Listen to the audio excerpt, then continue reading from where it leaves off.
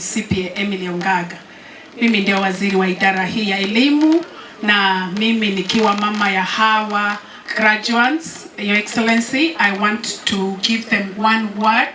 And today, Your Excellency, we are graduating, or we are awarding 178 who all scored distinction in the different courses, which include fashion and design, hairdressing, electrical installation, motor vehicle mechanics, plumbing, welding, masonry, food and beverage, and others.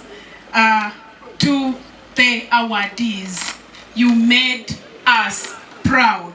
You have made the governor proud, the whole county of Nyamira. You've made them proud, your parents. Let me talk to fashion and design awardees. You are fashioning the future. Your skill is in design and garment making. Therefore, you are going to clothe our people and create business. Let me now talk to hairdressing. Hairdressing, you are bringing beauty, confidence, and enterprise to our communities. Go for it. Let me now talk to the plumbing graduates.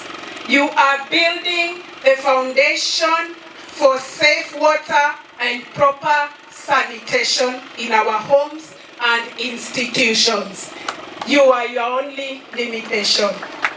Let me talk to MVM, who are sitting on that other side.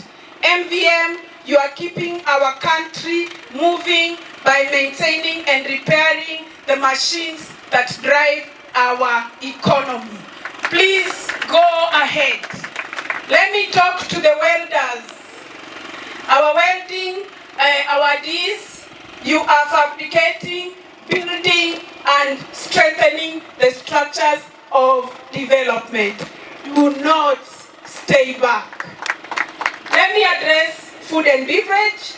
You are serving nutrition, hospitality, and you're creating business in the service industry. Please go for it. Electricals, you are the most. In this award, the electricians, you are the most. So the way Professor said that let us build Nyamira. We are going to engage you. The parents sitting on that side, make sure you are engaging these electricians.